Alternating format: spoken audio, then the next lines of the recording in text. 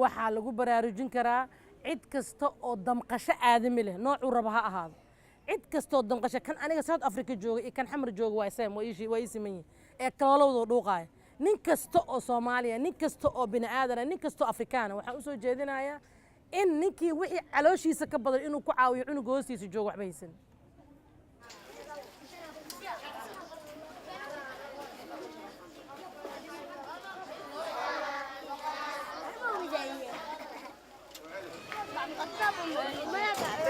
يا ماشي مساري madaxweynaha noqdo wajacasha marka maxaa dheer groupka ka tirsan marka hore waalidkiina inta Allah u naxariisto amiin inta dhimata Allah u naxariisto amiin waalidkiina Allah u naxariisto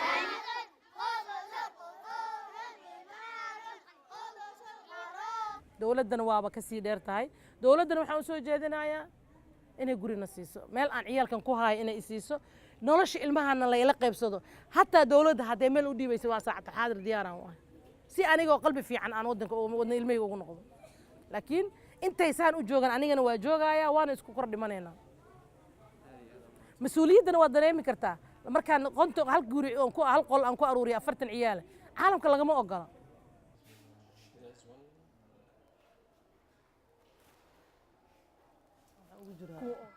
كنا شن بقول حتى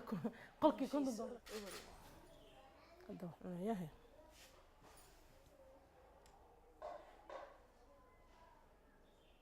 هتشي ضربك في عندي ذا معكم قديننا waxa igu dhiirigelinaya in caruurtan Soomaaliyeed aan wax u qabto caruurteydii ayaa waxa u damqaday dawlad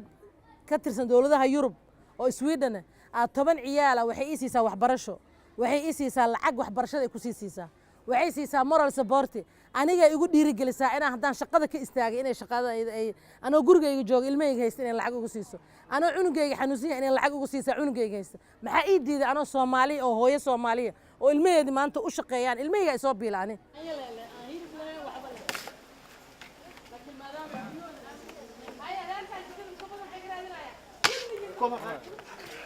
خليني سؤال